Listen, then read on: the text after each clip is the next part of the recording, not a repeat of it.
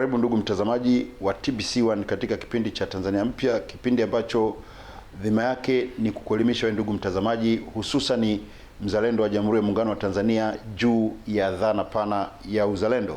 Mtazamaji, leo kipindi hiki kimerekodiwa kutoka katika manispaa ya Morogoro na tunakwenda kuangalia uzalendo miongoni mwa wanawake au wanawake na uzalendo. Kama ambavyo nafahamu, toka serikali ya awamu ya kwanza ikiongozwa na baba wa taifa Mwalimu Julius Kambarage Nyerere, vile vile kipindi hicho chama tawala kikiwa ni chama cha Tanganyika African National Union TANU kilikuwa kimeweka sera mahususi kabisa ya kuona kwamba wanawake wanapewa nafasi muhimu katika uongozi wa taifa hili, lakini si tu kuwapa nafasi za uongozi, vile vile kuhakikisha kwamba mtoto wa kike anapewa nafasi sawa na mtoto wa kiume. Na kwa hakika unaweza kaona ambavyo Tanzania katika nchi za Kiafrika imepiga hatua kubwa sana katika kuona kwamba wanawake wanapata nafasi sawa za kiuongozi katika hatamu mbalimbali za kitaifa, lakini vile vile watoto wa kike wanapata elimu pamoja na stahiki nyingine za kifamilia kama ilivyo kwa watoto wa kiume. Mtazamaji, nini ambacho tunakwenda kukiangalia katika siku ya leo? Leo ninakwenda kukuletea mwanamke ambaye ni msomi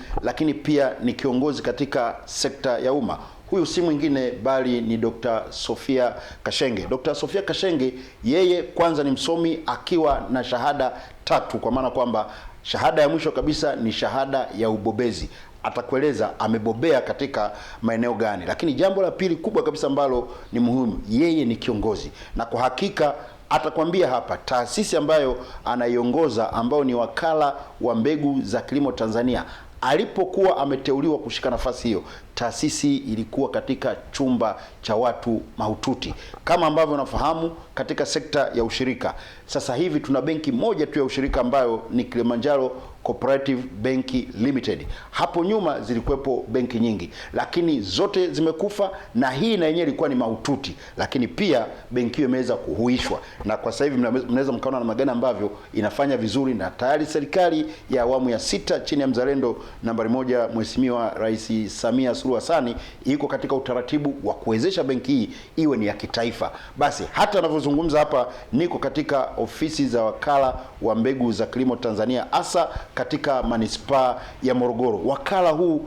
ni kana kwamba ulikuwa umeparalyze, ni kana kwamba ulikuwa unaelekea kwenye kukata roho, lakini mara baada ya msomi huyu shujaa na mzalendo wa taifa hili Dr. Sophia Kashenge alipoweza kuteuliwa, kwa hakika ameibadilisha taasisi, na sasa ni moja kati ya taasisi katika Wizara ya Kilimo na taifa hili ambapo Watanzania tunaweza tukatembea kifua mbele. Tunapokwenda kumkaribisha hapa katika kipindi hiki, nataka nikupe tu baadhi ya wanawake ambao kwa hakika wameweza kutengeneza taa ya wanawake wengine kama kina Dr. Sophia Kashenge na wengine ambao unawaona sasa kwenye nafasi mbalimbali kuweza kufata msingi wao. Nitakutajia majina ya wanawake 10 wazalendo na mashujaa wa taifa hili. Naposema hawa wanawake 10, sina maana kwamba ni peke yao. Yawezekana wakawa ni wanawake 100 kwa taifa zima, yawezekana hata wakawa ni 500, lakini kwa leo naanza na hawa 10, na hata ukiwasikia utaona kwa hakika waliweza kutengeneza njia sasa ya vijana kama kina Dr. Sophia Kashenge na wengine ambao unaona wabunge wa viti maalum katika bunge letu ambao ni vijana, lakini mawaziri pia ambao hawakuwepo miaka 60 na 70 wamekuja kuona kwamba ule ni mfano bora kabisa wa kufuata. Wa kwanza kabisa ambaye kwa hakika taifa hili tamkumbuka kama mwanamke mzalendo ambaye alitoa mchango mkubwa sana katika juhudi za kupigania uhuru wa taifa hili ni hayati Bibi Titi Mohamed. Wote mnakumbuka kwa namna gani ambavyo alikuwa ni mhamasishaji na alikuwa bega kwa bega na baba wa taifa Mwalimu Julius Kambarage Nyerere katika kuona kwamba chama cha TANU kinafanikisha jukumu muhimu la kuleta uhuru wa iliyokuwa Tanganyika au Tanzania bara tarehe 9 mwezi wa 12 1961. Lakini anayeshika nafasi ya pili ni mzalendo nambari 1 Mheshimiwa Rais Samia Suluhu Hassan. Kwa hakika Tanzania tumetengeneza historia ambayo imetukuka kuweza kupata mkuu wa nchi wa kwanza mwanamke. Si tu mkuu wa nchi wa kwanza mwanamke, lakini aliye mahiri na aliye mzalendo. Na watatu ambaye katika kukumbusha ni Mama Maria Nyerere. Huyu alikuwa ni first lady wa kwanza. Kwa hakika ninaamini kama asingefuata maelekezo ya baba wa taifa au asingekuwa msaidizi mwema wa baba wa taifa,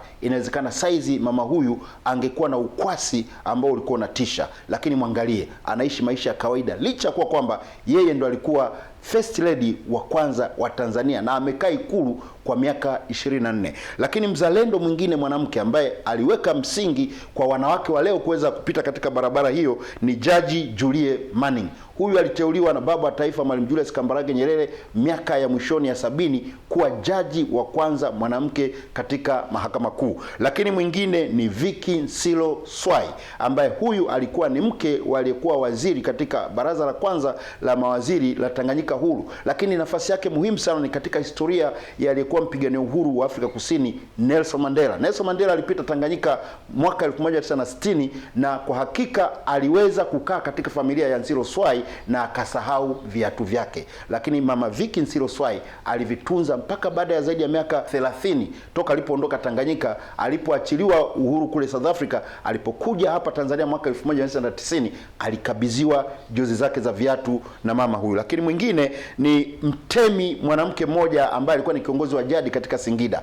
Miaka ya 1800 mwishoni, Wajerumani wakati wakitaka kuitawala Tanganyika walifika eneo la Singida kwa ajili ya kusambaza utawala wao. Mama huyu aliwatumia nyuki na nyuki wale waliwashambulia Wajerumani kweli kweli. Hiyo ni historia kubwa. Mtemi huyu alikuwa ni mwanamke na ameweka historia kubwa sana katika mkoa wa Singida na taifa letu. Lakini mwingine ni Bibi Mgaya. Huyu ni mama yake Mwalimu Julius Kambarage Nyerere, ndiye aliyetuletea baba wa taifa letu. Mama huyu kwa hakika ni mzalendo na ni shujaa, na na uhakika kabisa kwamba alitengeneza njia ya wanawake wa leo kuweza kufata nyayo zake. Lakini mwingine ni Anna Abdalla. Huyu akiwa kijana kabisa alikuwa katibu wa chama cha TANU wa mkoa, mwanamke, ambao ilikuwa ni nadra sana, na nafasi hiyo alimudu na aliwahi kuhudumu katika mkoa wa Morogoro. Sasa hivi ni mstaafu. Lakini mwingine ni Balozi Gertrude Mongella. Huyu alikuwa moja kati ya wanawake mahiri kabisa katika kamati kuu ya chama cha TANU chini ya uongozi wa baba taifa Mwalimu Julius Kambarage Nyerere, lakini pia aliweza kushamiri sana katika uwanja wa diplomasia ya kimataifa na aliweza kuwa mwenyekiti wa mkutano wa Umoja wa Mataifa wa wanawake duniani ambao ulifanyika Beijing. Lakini vile vile mwingine ni Sofia Kawawa ambaye yeye alikuwa ni mwenyekiti wa kwanza wa jumuiya ya umoja wa wanawake iliyokuwa ni jumuiya ya TANU na pamoja na Chama cha Mapinduzi. Mtazamaji, unaweza ukaona sasa majina hayo, hawa ndio waliweka msingi wa kuwapata wanawake wazalendo, wanawake ambao ni mashujaa kwa taifa letu, akiwepo Dr. Sofia Kashenge. Dr. Sofia Kashenge, karibu katika kipindi cha Tanzania Mpya. Asante sana.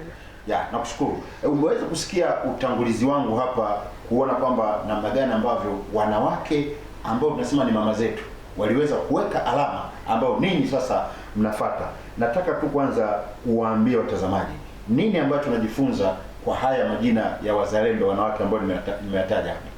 Kwanza mimi nashukuru sana kupata nafasi hii na mimi nimejifunza katika listi hii, orodha uliokuwa umeitoa, na nimekusikiliza nikawa najifunza pia, ni historia kwangu. Lakini kweli tuna mambo mengi sana ya kujifunza kupitia wanawake hao, na wamefanya kazi kubwa sana katika mazingira magumu, na sisi kwa kweli kwa namna nyingi sana tunawaiga. Yaani vyovyote itakavyokuwa tunaiga. Kuna mtu lazima utamuiga na kuna mtu lazima utapenda kufanya alivyofanya. Kwa hiyo ukiwa kama mwanamke, darasa ni kubwa, kila wakati lazima ujifunze. Kwa hiyo kwangu mimi haraka nimeona hiyo historia ya hawa kina mama tayari, wengine nilikuwa siwajui wakati unawataja, lakini jinsi ulivyokuwa unaelezea na mimi naendelea kujifunza kwamba kweli wametuachia alama na tunazifuata. Asante sana. Watazamaji wangependa kufahamu historia yako fupi. Umezaliwa wapi? Mwaka gani? Umesoma wapi? Umepita wapi? Mpaka leo sasa unaongoza taasisi hii ya Wakala wa Mbegu za Kilimo Tanzania. Lakini pili, kama kiongozi mwanamke. Kwa ufupi tu, ni Mtanzania, nilizaliwa Kilimanjaro na nimekulia Kilimanjaro. Shule za msingi nimesoma Umasaini na nimegundua kwamba kusoma kwangu Umasaini kuna vitu vingi sana vilinijenga kwenye jamii ya Wamasai, hasa nidhamu. Na baada ya kusoma primary na secondary katika maeneo hayo, baada ya kumaliza tukaja kwenye form 5 na 6 tukasoma shule za wanawake, ni Kirani Girls naitwa, iko Moshi. Na pale nilisoma shule ya kanisa. na yenyewe pia kuna vitu vingi sana imenijenga. Kwa hiyo nikiangalia katika maisha yangu ya nyuma kuanzia form 6 kurudi nyuma, kuna mazingira ambayo tumeishi ambayo tunaishi mpaka leo, mambo tuliyojifunza kule. Baada ya pale nilikwenda moja kwa moja jeshini, na sisi tuliingia kwenye utaratibu ule wa mwaka mzima. Pale napo ni mahali ambapo pamenikuza vizuri kwa sababu ni kambi gani, operation gani, mwaka gani? Operation Kambarage, kambi ya Oljoro. Katika maisha yangu yote ninayoishi mpaka leo, asilimia kubwa sana ninayoishi mambo ya jeshini. Kwa hiyo ninasikitika kidogo kwamba vijana wa sasa hivi hawakupata fursa ya kutosha kupikika jeshini, lakini kutokana na maisha tuliyoishi kipindi kile, kambi zile zilitujenga sana, na kama kuna namna yoyote ya kuweza kurevive zile kambi kutusaidia, ni msaada kwa kweli. Kwa hiyo baada ya pale nikaenda kupata masomo ya degree ya kwanza ambayo nimesoma kilimo kwa ujumla, na nikaenda tena kusoma degree ya pili. Katika chuo gani hicho? Ilikuwa ni Sokoine University of Agriculture, na degree ya pili nilipata Sokoine, lakini kulikuwa na sandwich program na Kenya. Kuna program ilikuwa ya Institute ya mambo ya wadudu na kilimo kwa ujumla. Kwa hiyo ilikuwa ni sandwich program, kwa nasoma kidogo SUA, research tukafanyia Kenya. Degree ya tatu nilisoma ugunduzi wa mbegu na sayansi ya mbegu kwa ujumla, na hii nilifanya South Africa kwa muda wa miaka 5, na baadaye tulimaliza mwaka 2010 na kurejea. Kwa hiyo safari yangu kubwa ilikuwa ni kwenye kilimo 100%, na nikajikuta kwamba muda mwingi wakati wa ufahamu wangu nimefanya kazi kwenye kilimo, hasa kwenye tasnia ya mbegu, kwenye kugundua, kuzizalisha, kuzichagua, kuzitunza na kuzipeleka kwa wakulima. Kwa hiyo ni kitu ambacho nimekifanya kwa muda mrefu. Asante sana. Kwa unaposema ni mbobezi katika sekta ya mbegu ni sawa? Nadhani ni sahihi tu. Asante sana. Hebu tuangalie eneo moja. Kama ambavyo nimesema hapo awali, Baba wa Taifa Mwalimu Julius Kambarage Nyerere pamoja na chama tawala cha mwanzoni cha iliyokuwa Tanganyika, kwa maana ya Tanganyika African National Union, ziliweka mkakati kabisa wa kuona kwamba kuna kuwa na makusudi ya kuwawezesha wanawake kuingia katika uongozi na katika maeneo mbalimbali ya kitaifa, na kama nilivyosema kwamba kina Jaji Julia Manning katika miaka ile, lakini vile vile Anna Abdalla ambaye miaka ya 70 alikuwa ni katibu wa chama cha TANU wa mkoa. Wewe kwa maoni yako na kwa uzoefu wako, nadhani taifa hili limepata manufaa gani kwa kuona kwamba kina mama wanakuwa katika nafasi ya uongozi? Kwanza kwa mama kuna mambo mengi ya malezi, na ninavyofahamu mimi na nilichojifunza, unapokuwa kwenye nafasi uliopewa unabeba na emotions za umama ndani yake. Kwa maana hiyo unajikuta unafanya kazi ya kuaminika.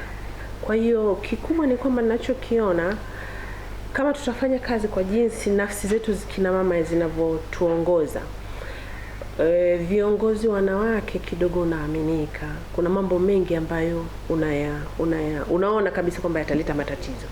Kwa hiyo ile dhana ya kufikiria kwamba matokeo ya hili jambo ninalolifanya yanaweza yakawaje, kwanza unayapima kabla hujayapokea, na ndani yake unakuwa na uoga na kuangalia mbele kwamba effect yake ni nini. Kwa hiyo kuwa na viongozi wanawake, cha kwanza ni hicho. Naamini kwamba tunaaminika kidogo, japo inawezekana sio kwa asilimia kubwa, lakini kwa asilimia kubwa tunaaminika. Lakini pili, tuna uwezo wa kufunza. Nafikiri tunatamani kila mtu asogee. Sasa kile kitendo cha kufanya mentorship ya watu unakuza jamii. Kwa kitendo cha kukuza jamii, na maana uwepo wako unakuwa ni faida kwa wengi. Lakini kingine ni kwamba tuna tabia ya kuona matumizi yanatumika labda vizuri zaidi, kama vile ilivyokuwa kwenye familia.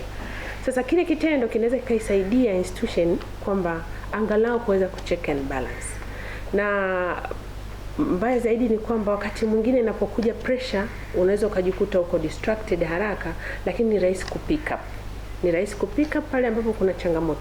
Kwa maana hiyo ujasiri upo kidogo, upo kwa kiasi fulani, kwamba wakati mwingine unakuwa na nafsi na uoga, lakini unaona kwamba hapana, hii ni kwa manufaa ya wengi, isiyo kwa manufaa yangu peke yangu.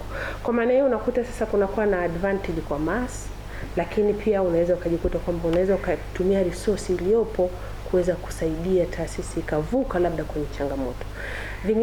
Vile labda niongelee kwenye mambo ya, kwa mfano kunapokuwa labda na mfarakano, kunakuwa na shida labda kwenye institution, unajikuta ni rahisi kukusanya mawazo kwa watu ili uweze kuwavusha watu kwenye ile shida, na tunatamani kuvuka wote kwa pamoja. Kwa mimi naamini ni faida sana kwa mwanamama, kwa sababu kwanza tuna uwezo wa kuipeleka jamii na tunatamani iende mahali ambapo ni sahihi. Ni faida kwa kweli. Asante sana Dr. Sophia Kashenge. Twende kwenye eneo jingine. Hapo katika kuona kwamba wanawake wanakuwa na nafasi sawa na jinsia nyingine katika jamii, na ukizingatia kwamba nchi karibu zote za Kiafrika au jamii za Kiafrika zina mfumo dume. Kwa hiyo moja kwa moja unapokuwa na mfumo dume, lazima kina mama wataathirika. Lakini nguvu za serikali ya Jamhuri ya Muungano wa Tanzania katika kuona kwamba kina mama wanapata nafasi ziliingia pia katika sekta ya elimu. Na leo hii tunavyoongea, kwa hakika kuanzia elimu ya msingi, sekondari ya juu, vyuo vya elimu vya kati na vya juu, kumekuwa na idadi kubwa sana ya jinsia ya kike. Je, hili kwa maoni yako kama msomi, unadhani tayari tumefanikiwa kuna kwamba wanawake wanapata nafasi sawa katika elimu, au kuna hatua zaidi zinatakiwa kuchukuliwa ili wanawake kiuhakika kabisa waweze kufaidika na kupata kile ambacho wanaume wanapata kwenye taasisi za elimu? Mimi nadhani bado, na japo tumesogea, tumepiga hatua, lakini bado kwanza tunapungukiwa confidence bado. Na hii confidence inakuja na malezi. Jamii tumelelewaje? Kwa hiyo jinsi tunavyowalea watoto wa kike ina determine sana. Mimi naamini Mheshimiwa Rais sasa hivi alipitisha watu kwenye historia yake. Moja ya kitu ambacho alichofanyiwa ilikuwa ni kujengewa confidence. Uwezo wa kuweza kujitambua, kujisimamia, kutafakari na kujionyesha njia, ukajiongoza mwenyewe. Hilo mara nyingi ni changamoto, na linakuja pale ambapo tayari una watu wanaokuzunguka, wanaokusaidia uende jinsi unavyotaka. Na tunatamani sasa, pamoja na kwamba tumesogea, bado kuna namna tunatakiwa tufanye ili kuhakikisha wale watoto especially wa kike wanaepushwa na zile distraction, especially wanapokuwa shuleni, wanapokuwa day scholars, wanapokuwa vioni. Bado wanatakiwa wasaidiwe ili kuweza kuvuka vile vipengele ambavyo mara nyingi inakuwa ni mitego, na kwa sababu ya shida za kiuchumi walizonazo, wakati mwingine na tamaa, wakati mwingine ni lack of understanding, kwamba ni namna gani uweze kuvuka yale mazingira, uweze kufika katika kufikia malengo yako unayotaka. Kwa hiyo pale nadhani bado tunatakiwa tufanye kitu. Kwa kama serikali, ninaamini hata Mheshimiwa Rais ameliongelea juzi baada ya kuongea na wanawake wote pale Dodoma, kwamba kuna namna ya kuweza kuwasaidia wanawake kiuchumi ili waweze kuwasaidia watoto wao wa kike wavuke yale maeneo. Kwa hiyo bado tuna kazi ya kufanya. Asante sana. Tuende katika eneo nyingine. Hapo katika sekta ya elimu kumekuwa na kelele nyingi sana juu ya rushwa ya ngono katika sekta ya elimu, hasa hususan elimu ya juu. Kwa maoni yako, unadhani nini hasa imekuwa chimbuko au kitu ambacho kinafanya hii kadhia ya rushwa ya ngono katika vyuo vya elimu ya juu na vyuo vya elimu ya kati liwepo? Lakini vile vile kwa uzoefu wako wewe mwenyewe, unadhani ni njia gani bora kabisa ambayo inaweza kutumika katika kutatua tatizo hili? Ni kuwajenga kuanzia wadogo watoto wa kike. Na tumekuwa busy sana familia na maisha, kiasi kwamba tunawaachia watoto wanakuwa bila kupata miongozo sahihi. Mtoto anatakiwa kujengewa courage ya kuweza kusema hapana, yeye mwenyewe ajitambue kwamba value yake ni nini. Tumepeleka sasa hivi value kubwa sana kwenye material things. Kwa tunaacha ile innermost power ambayo tunayo. Lakini mimi naamini kwa kuwajenga kiroho zaidi na kuwaelimisha kwamba they can get, wanaweza kupata yale ambayo wanaweza kuyapata, kuyafanyia kazi na kuyapata kwa maisha yao. Kwa hiyo mimi nadhani ni kitu ambacho kinatakiwa kijengwe tu polepole, na vile vile kuelimisha jamii ya wanaume kwamba tusitumie weakness za wanawake katika kuwaharibia maisha. Kwa hiyo ni vitu ambavyo vinatakiwa viende itipaa, kwamba mtoto wa kiume aelimishwe na mtoto wa kike aelimishwe, lakini confidence kwa mtoto wa kike, uwezo wake wa kusema hapana na uwezo wa kumsaidia kwa namna moja kiuchumi katika familia ili aweze kujisimamia kwa yale mambo madogo madogo pia ni jambo muhimu. Lakini kikubwa ni kumkuza tu kwenye akili kwamba aone kwamba sio hakuna favor katika maisha. Inarudi in a different way na mara nyingi ni mbaya. Kwa hiyo hakuna favor, ni kujisimamia mwenyewe, kufanya kazi kwa bidii ili uweze kujimudu na kuogopa hizi favor ambazo zinaweza zikatokea. Lakini mwisho wa siku basi kusimamia haki yako na kuitambua haki yako ili uweze ku fight for kwamba hapana, kama ni kukosa hii kitu niende hatua za mbele, niweze kusema. Tuwe na courage ya kusema, watoto wetu kuwafundisha courage ya kusema, kuwasikiliza, kuwasaidia, kwa sababu kwa kweli ni ngumu. Kwa sababu unapofika mahali mtu anatumia nafasi yake kuweza kumrubuni mtoto, wakati mwingine pia pressure ya wazazi nyumbani inaweza kumfanya yeye asiweze kusema kitu. Kwa tukiwa karibu nao zaidi na kuwa encourage kwamba sasa kama huyu Mama Samia alivyo sasa hivi, kuna vitu vingi amepitia, sisi wenyewe kuna vitu vingi tumepitia. Kwa kuwaweka hizo testimonies na kwa encourage, nadhani itaweza kusaidia. Sasa hiki kitu ambacho sio kitu cha kufanya mara moja, ni kitu kufanya kwa jamii kwa ujumla, lakini tunaanzia nyumbani sisi wazazi ili tuweze kuwakuza watoto wa kike katika msimamo huu. Asante sana Dr. Sophia Kashenge. Mtazamaji wa TBC1, hususani mwanamke mzalendo, hususan mtoto wa kike ambaye unakuwa katika uzalendo, kuna jambo kubwa sana ambalo umeweza kulipata kutoka kwa Dr. Sophia Kashenge, kwamba ni lazima ujifunze kusema hapana, lakini vile vile ni vema tamaa ukaiweka nyuma na sio mbele. Lakini wazazi tuna nafasi kubwa sana katika kuwajenga watoto wetu ili waweze kuwa mashujaa wa maisha yao popote pale walipo. Kama unaungana na TBC1 muda huu, unafuatilia kipindi cha Tanzania Mpya, kipindi ambacho kimerekodiwa katika manispaa ya Morogoro, na hapa tunazungumzia mada ya wanawake na uzalendo. Na leo mtu ambaye nazungumza naye hapa ni Dr. Sophia Kashenge, ambaye yeye ni msomi lakini pia ni mzalendo. Unaweza kaniuliza uzalendo wake unaonekana wapi? Uzalendo wake umejidhihirisha dhahiri shairi kwa kuwa mtendaji mkuu wa wakala wa mbegu za kilimo Tanzania. Alipoteuliwa kushika nafasi hapa, wakala huu ulikuwa ni mahututi. Juzi Mheshimiwa Rais Samia Suluhu Hassan alisema kuna taasisi za kisheria zilikuwa zinabambikizia watu kesi, lakini hata hapa katika wakala wa mbegu walikuwa wanabambikizia wakulima mbegu feki. Unaweza ukaona ni kwa namna gani ambapo kwa hakika wakala ulikuwa umefika pabaya sana. Lakini sasa hivi ninapozungumza na wewe, wakala wa mbegu za kilimo Tanzania kwa hakika unazalisha mbegu ambazo ni lakini mbegu ambazo zina ubora, lakini kubwa zaidi ni kwamba hata packaging ya mbegu hizi kwa hakika unaweza kudhania kwamba zimetoka katika mataifa ya Ulaya. Lakini haya yote yamewezekana katika wakala wa mbegu kutokana na uongozi wa kizalendo wa Dr. Sophia Kashenge.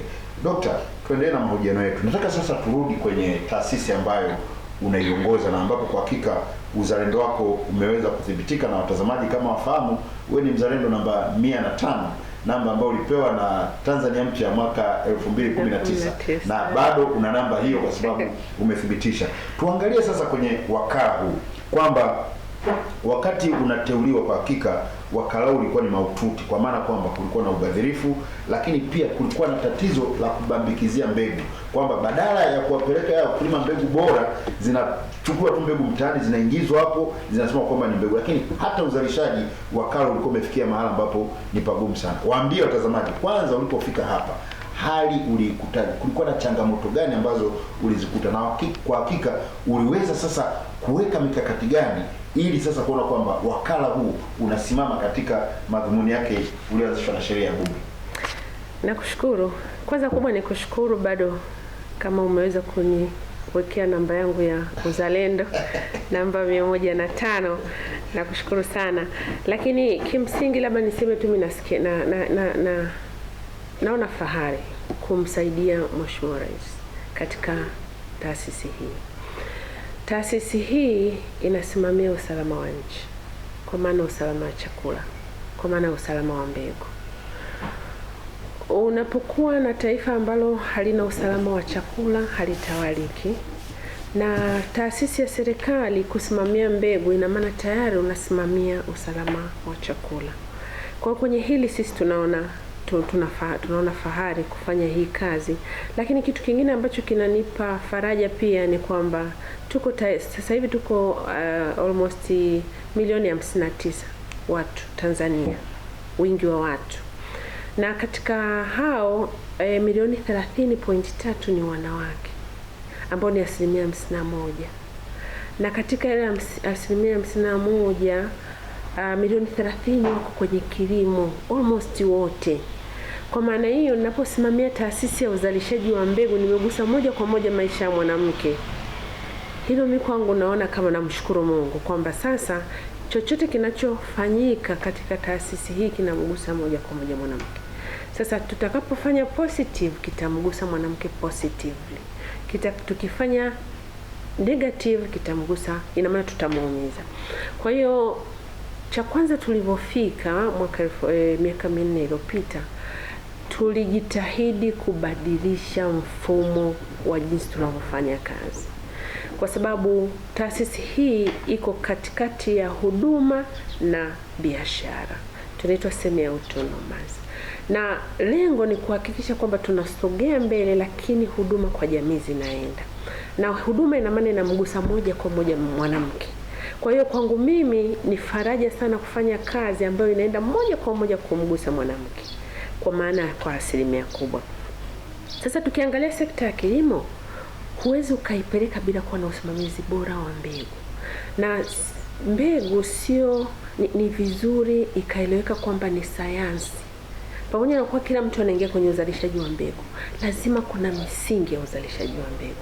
Sasa ile misingi ya uzalishaji wa mbegu ni rahisi sana kuikiuka. Na ndicho kilichotokea. Kwa sababu ya kuwa na watu wachache na kutokuwa na fedha, tukakiuka ile misingi miaka nyuma. Na kwa kilio chetu kikaanza pale kwamba hatuwezi kurekebisha bila kuwa na uwezeshwaji. Na safari hii nakumbuka ulishuhudia kama TBC1, kwa sababu ulitutembelea hapa ukakuta katika hali tulionayo na ukaona kilio chetu kilikuwa kinakatisha tamaa. Kwa hiyo bahati nzuri serikali ikaanza kutuelewa. Na katika vitu ambavyo ninamshukuru Mungu ni kwamba kwa kipindi chote cha miaka 3 tuliokuwa tunafanya kazi, serikali imeanza kutuelewa. Ilianza kutuelewa polepole, wakaanza kutuongezea fedha. Sasa zile fedha zilikuwa zinaonekana kama ni kidogo sana, kwa sababu kila kitu kilikuwa kimecollapse. Kuanzia majengo, miundombinu yote ya uzalishaji wa mbegu, mitambo, matrekta, magala, vyote vilikuwa vimepata vya muda mrefu na vimekosa matengenezo. Kwa hiyo tukaanzia pale na kuanza kuongeza. Wakati huo tunaongeza uzalishaji bila kuwa na infrastructure. Lakini tukaanza kutumia uwezo wetu wa ndani kuboresha yale madogo tuliokuwa tunayaweza. Lakini kikubwa pia ni kubadilisha mindset za watu na mfumo ambao tulikuwa tunafanya nao kazi. Ile ilianza kutusaidia. Ilikuwa ni ngumu mwanzoni, kwa sababu unapobadilisha mindset na watu utajikuta unabadilisha pia na watu. Lakini ukibadilisha watu wakati huo bado huna resources za kutosha, ni changamoto. Lakini tunashukuru watu walianza kutuelewa. Kwenye hili natumia nafasi hii kuwashukuru wenzangu tunaofanya kazi wote, kwa maana ya wafanya kazi wote wa ASA. Walituvumilia. Tulivumilia, tukaelimishana, tukaamua kuanza safari kwa pamoja. Kwa hiyo tumeanza kubadilisha mambo mengi. Ukiangalia hata eneo hili nilikuwa ofisi ni hii tu. Kwa hatukuwa na eneo lingine lolote zaidi ya ofisi na go down. Hakuna mahali watu wakae kufanya kazi, hatuna vyumba vya ofisi, hatuna vitu, yani miundombinu mbalimbali ya kuweza kufanya kazi. Tukaanza kujenga zile ofisi za makasha, angalau kuanza kupika. Kwa kutoka pale sasa tukaanza safari pole ya kuweza kuongeza matrekta kwanza, kuongeza umwagiliaji. Kwa angalau tumeweza kuongeza sasa idadi ya matrekta, idadi ya maeneo ya kumwagilia. Angalau tulikuwa kwenye hekta 200 tu, lakini sasa hivi tuko kwenye 400 tunasogea. Na serikali sasa inaongeza nguvu katika kuweka miundombinu hiyo. Lakini pia uzalishaji wa mbegu ulikuwa umefika mahali uko kwenye tani 500 tu, lakini sasa hivi tumeenda mpaka mara 3 almost. Kwa hiyo ile inatupa courage na sisi wenyewe kwamba tayari uwezo wa taasisi unaanza kubadilika. Lakini kibaya ni kwamba tulikuwa tunafanya kazi katika mashamba 8 niliyoyakuta.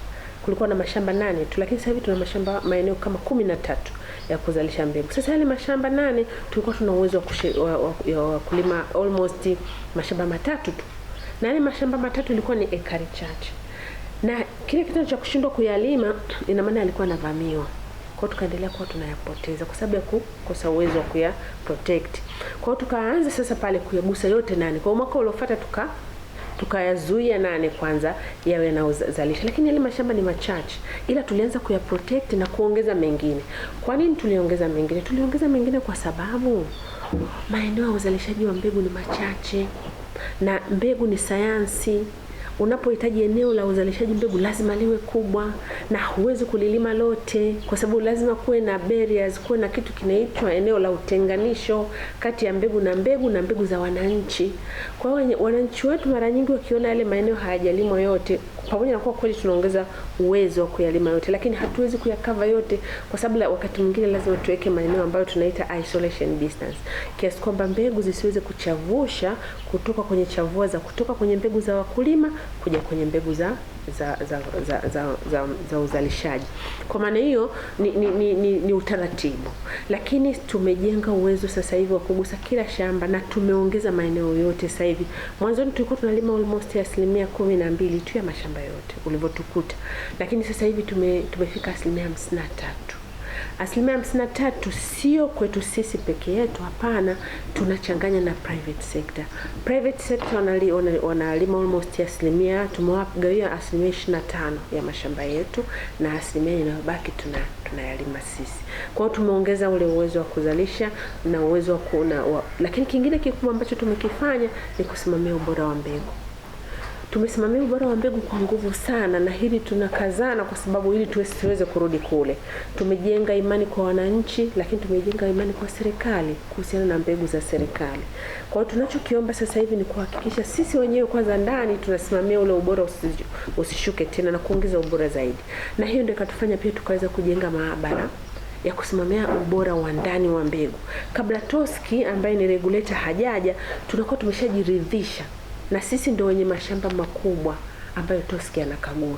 Ina maana kwa kazi za TOSCI kwa maeneo ya ukaguzi, ASA ndio inatoa mashamba mengi ya kukaguliwa mbegu kuliko kampuni nyingine yote.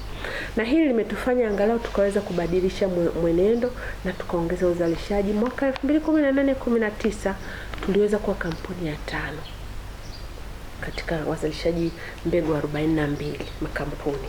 Sisi tumeshika namba ya 5 na tunaendelea kufanya vizuri.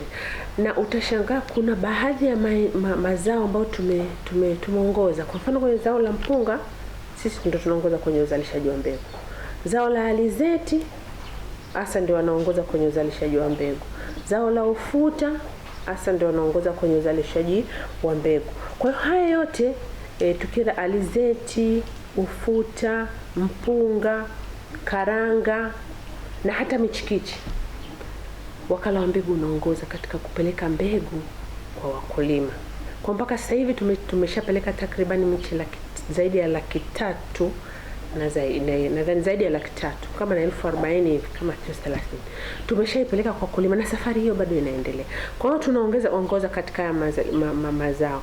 Kwa maana hiyo nafasi ya wakala katika uzalishaji wa mbegu ilikuwa chini kwa miaka hiyo kuanzia 2017, lakini sasa hivi tumesogea angalau kwenye top 5 mpaka 6 wakala, nadhani tutakuwepo pale katika uzalishaji wa mbegu. Kwa mwaka 17-18 ndio tulishika nafasi ya 5. Miaka hii ya karibuni hatujaangalia. Kwa hiyo tunaamini kwamba tukipata nafasi ambayo tunapewa sasa hivi tunaweza tukafanya kazi vizuri sana. Kikubwa ni kwamba miaka ya nyuma hatukuwa tumewezeshwa, lakini sasa hivi tunaona serikali inaongeza nguvu katika kuhakikisha kwamba wametuelewa kwa maana ya kusaidia nchi katika upatikanaji wa mbegu bora. Mimi kwangu ni faraja. Asante sana Dr. Sophia Kashenge. Kama kwako ni faraja, hata kwangu pia ni faraja. Na ni faraja kwa taifa. Kwa taifa. Asante sana Dr.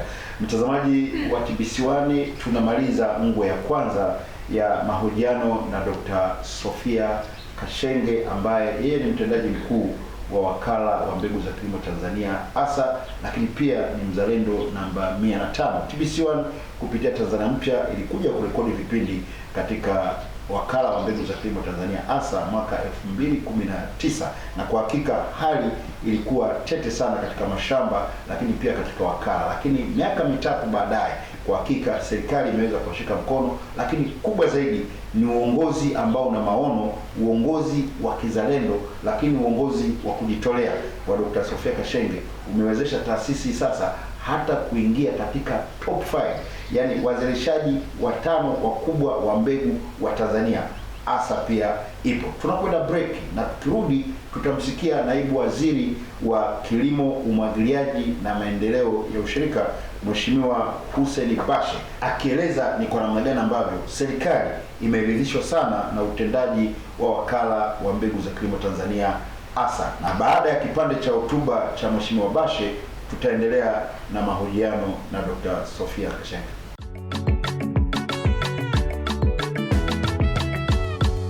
Wakala wa mbegu za kilimo ASA. Sasa mbegu bora zinapatikana Tanzania. Kilimo madhubuti kwa uchumi wa nchi. Asante. Kuhusu ASA. ASA ni wakala wa serikali wa mbegu. Na swala la uzalishaji wa mbegu litafanywa na sekta binafsi na sekta ya umma. Sisi kama sekta ya umma, kwa hatua hizi za awali, tutajitahidi kuwekeza katika kila eneo. Sasa tunachukua hatua gani? Mfano, ASA kwa mara ya kwanza mwaka huu kwenye budget tumewatengea fedha. Tumeongezea fedha za maendeleo kutoka bilioni 5 mpaka bilioni 10. Lakini tumeamua kuwekeza zaidi kwenye umwagiliaji kwa zaidi ya bilioni 40, na hizi fedha tutazipeleka kwenye mashamba 13 ya ASA ili yaweze kuwekewa miundombinu ya umwagiliaji, yaweze kuzalisha mbegu za kutosha. Kwa sababu sasa hivi hali ilivyo, ASA anaenda shambani kuzalisha mbegu wakati mkulima naye yuko shambani kwenye kulima. Kwa hiyo anategemea mvua kama ambavyo anategemea mkulima. Kwa hiyo hii tunataka kuondokana nalo, ni safari, ni hatua. Kwa hiyo tunaongeza uwekezaji kwenye swala la uzalishaji wa mbegu, na tutaweka fedha nyingi kwenye multiplication, lakini vile vile tutaichukua sekta binafsi. Na hivi karibuni Mheshimiwa Waziri wa Kilimo alikutana na baadhi ya makampuni, na mimi mwenyewe nimekutana na baadhi ya wazalishaji wa mbegu. Tumekubaliana kutengeneza roadmap ya pamoja, na tuko tayari kuruhusu uwekezaji wowote. Yoyote anayetaka kuwekeza kwenye sekta ya mbegu, sisi tuko tayari kukaa naye, kukubaliana naye. Hata kama ni shamba la serikali, tuingie naye long term contract ya muda mrefu, awekeze teknolojia tuweze kuzalisha.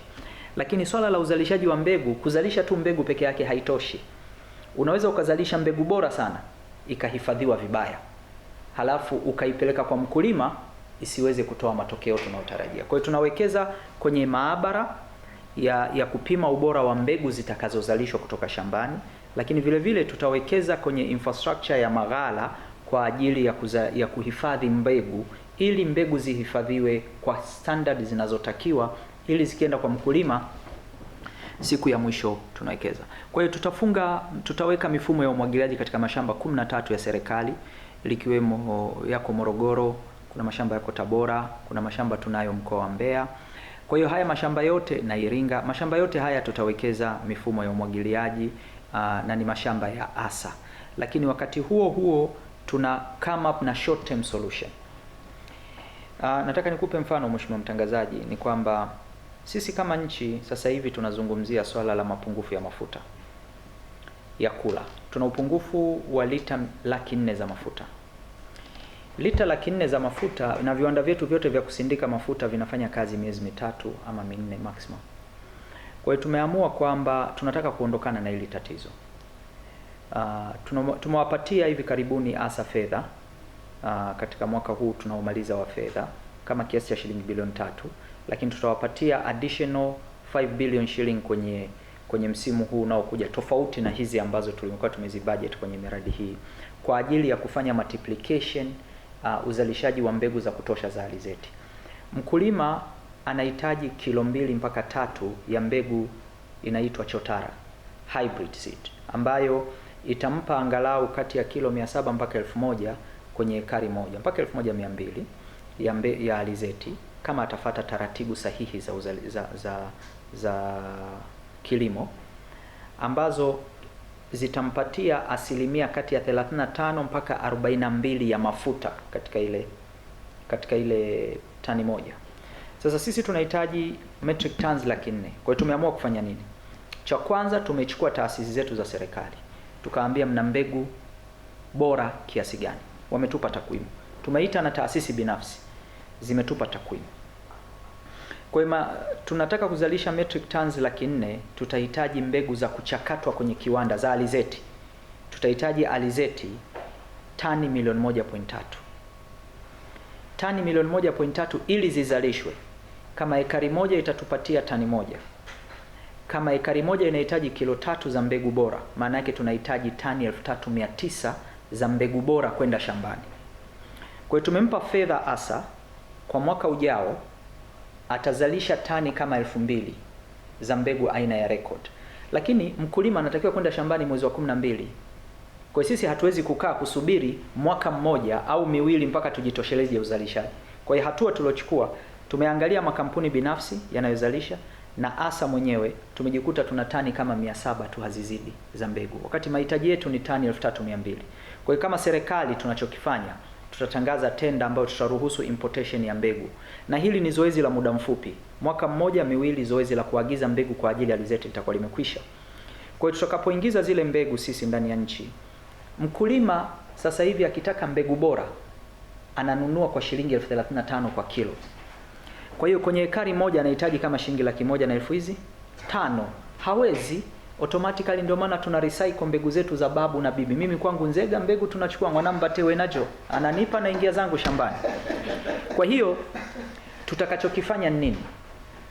Tumetenga fedha katika budget yetu sisi kama wizara. Tutatangaza tenda moja, tutaagiza hizi mbegu, tutakuwa na mbegu under ASA. Kwa nini tunaziagiza kupitia ASA? Ili tuweze kujiridhisha swala la ubora, na mbegu hizi sio GMO. Kwa hiyo tukishakuwa na hizi mbegu, viwanda vyote vinavyozalisha mafuta, vinavyochakata mafuta, tumeshaviagiza sasa hivi. Kila kimoja kituambie kinahitaji mbegu za alizeti kiasi gani ili kifanye kazi mwaka mzima. Mfano, kuna kiwanda hapa Dodoma kinaitwa Pixas. Chenyewe kinahitaji tani 20,000 za alizeti kwa mwaka. Sasa hivi wanapata tani 10,000. Kwa hiyo tunawaambia kwamba ili upate tani 20,000 za alizeti unahitaji tani 200, tani 20 za mbegu shambani. Kwa hiyo sisi tutampa zile tani 20, kawagawie wakulima wako kwa contract farming. Lakini hii mbegu inauzwa shilingi 30,000-35,000. Yeye anapompa mkulima, sisi tutamchaji mkulima kwa shilingi 15,000. Kwa hiyo tutaisubsidize ile mbegu gharama yake, na mkulima atalipa atakapovuna ile mbegu. Kwa hiyo hii ndio hatua ya muda mfupi tunayoichukua kwa ajili ya kuondokana na tatizo. Lakini tumeamua mashamba yote 13 ya ASA yatakuwa na mfumo wa umwagiliaji ili yazalishe mbegu mwaka mzima. Na vile vile tunaongea na sekta binafsi ili na wenyewe waingie kwenye uzalishaji wa mbegu. Naamini mimi kwa uwezo wa Mwenyezi Mungu na kwa jitihada hizi na political will iliyoko kwa Mheshimiwa Rais, nchi hii inaweza ikageuka baada ya miaka 3 mpaka 5 kuwa ni moja ya nchi itakazo export mbegu nje. Ili linawezekana kabisa. Ni swala la determination na ni swala la maamuzi.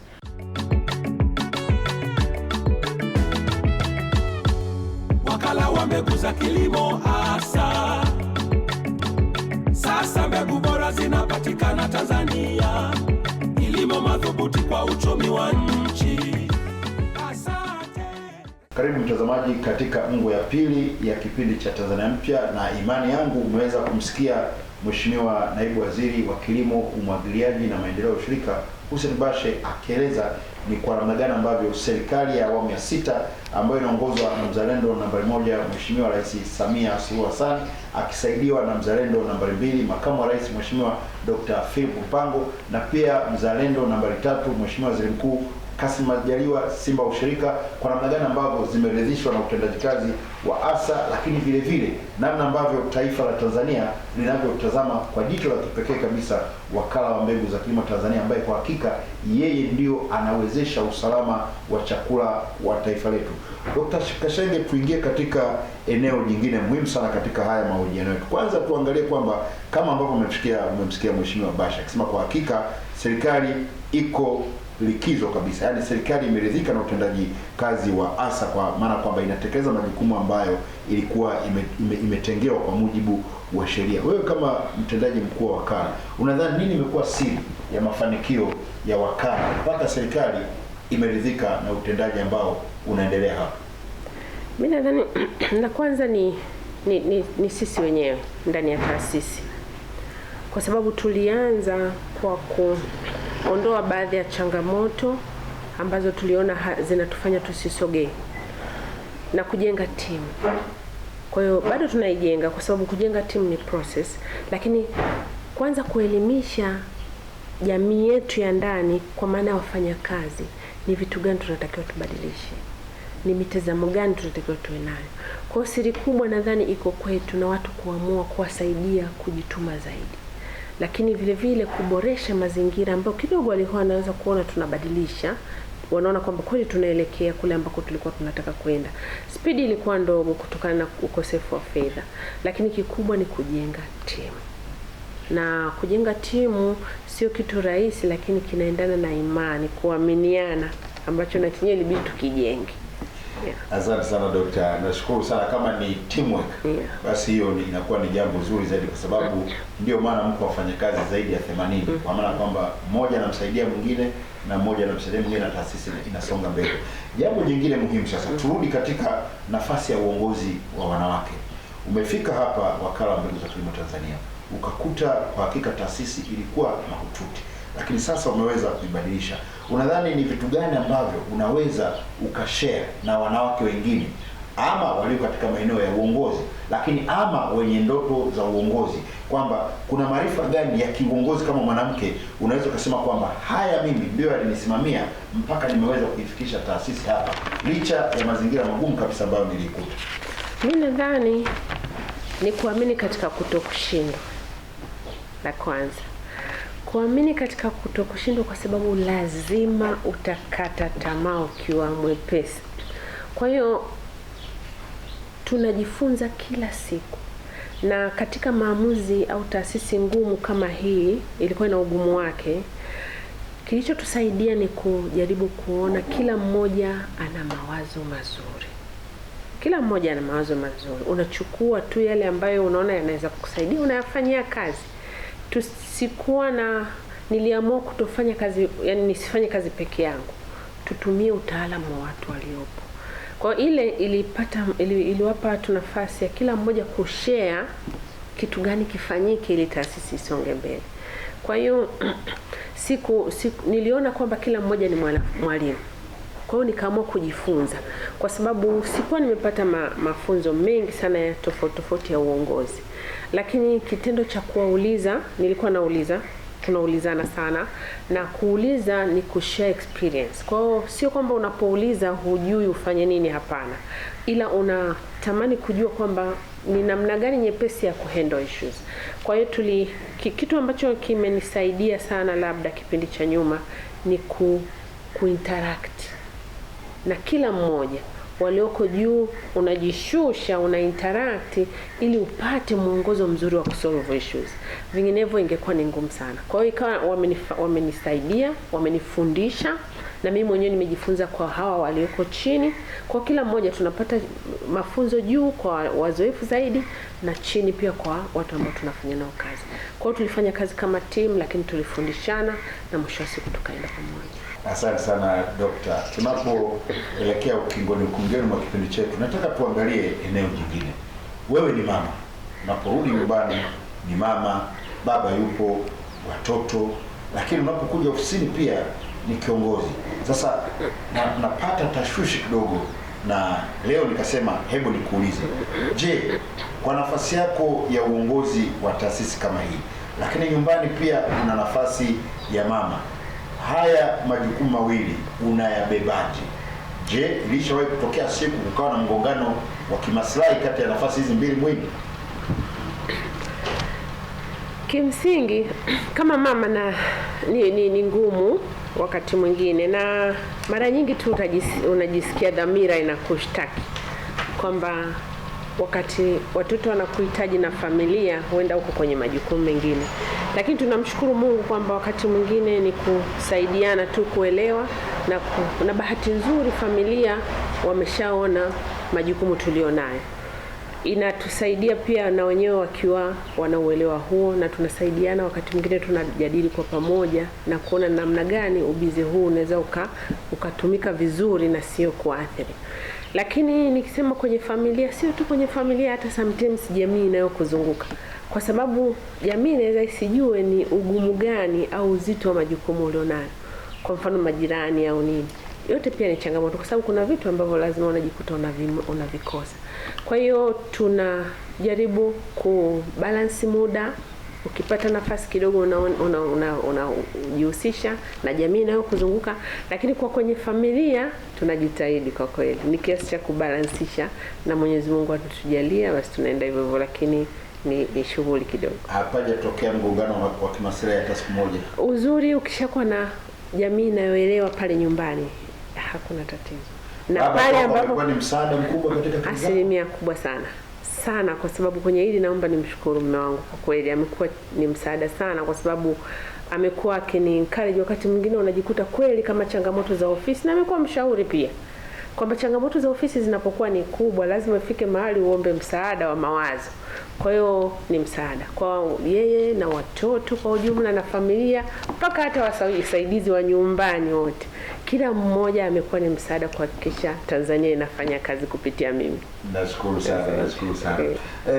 Mwishoni kabisa, labda wewe katika elimu yako ya msingi, ya sekondari, lakini unapokwenda Afrika Kusini kuweza kuchukua sasa hiyo shahada ya ubobezi, kumekuwa na mwanamke yeyote ama kwa ngazi ya taifa au kimataifa ulikuwa ukimwangalia unaona kabisa kwamba huyu namtamani, siji kuna siku ambayo na mimi naweza nikafika au kafanya nini mpaka kafika pale? Kwa hiyo akawa kama driving force katika kuona kwamba na wewe unatoka ngazi moja kwenda nyingine. Nilikuwa na bahatika kufuatilia vipindi vya Oprah Winfrey Show muda mwingi, na naamini ilinijenga sana, kwa sababu alikuwa na kila kwenye show yake lazima kuna mahali anagusa, na especially kwa kina mama. Kwa vipindi vingi alivyokuwa anavifanya kwenye show yake vilikuwa vinanivutia, lakini kikubwa kilichonivutia ni baada ya kusoma historia ya yule mwanamama ambayo alipitia machungu makubwa sana, lakini akaweza kusurvive. Na hili labda nitumie nafasi hii kumwambia mwanamama yoyote ambaye anahisi ana changamoto, in fact sio ni mapito tu, na siku zote wanasema usiku umeendelea, mchana umekaribia. Kwa hiyo katika shida alionayo ni lazima kujipa moyo kwamba kabla jua halijakucha solution itapatikana, as long as Mwenyezi Mungu yupo.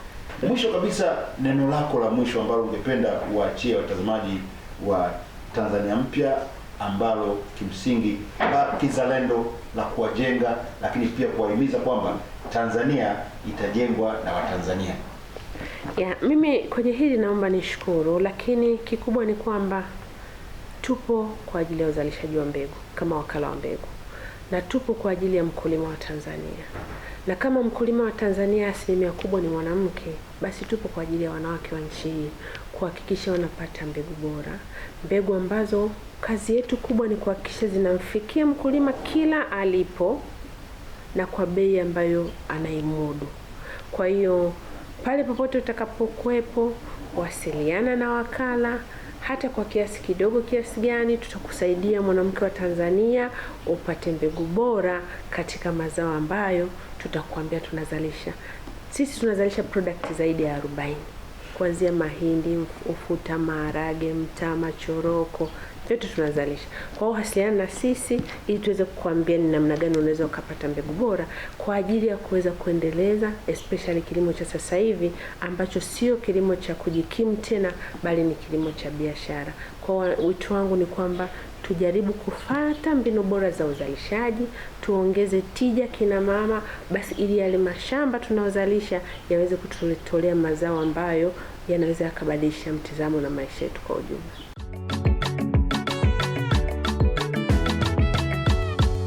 Wakala kwa mbegu za kilimo hasa. Sasa mbegu bora zinapatikana Tanzania, kilimo madhubuti kwa uchumi wa nchi. Asante Mtazamaji wa TBC1, nachukua fursa hii kusema asante kwa kuangalia channel yako ya uhakika, ukweli na uhakika ya TBC1, ambayo ni channel ya kitaifa, lakini vema kabisa kwa kuweza kufuatia kipindi cha Tanzania Mpya, kipindi ambacho dhima yake ni moja tu: tunaelimishana na kujenga uzalendo wa taifa letu. Pasina uzalendo hatuna taifa, na taifa lolote linajengwa na wazalendo, na wazalendo wa nchi hii ni mimi, wewe, Dr. Sofia Kashenge na wengine wote kutoka katika manispaa ya Morogoro. Mtangazaji wako Lugenzi Kabale, mzalendo namba 49,666,999. Nasema bye bye.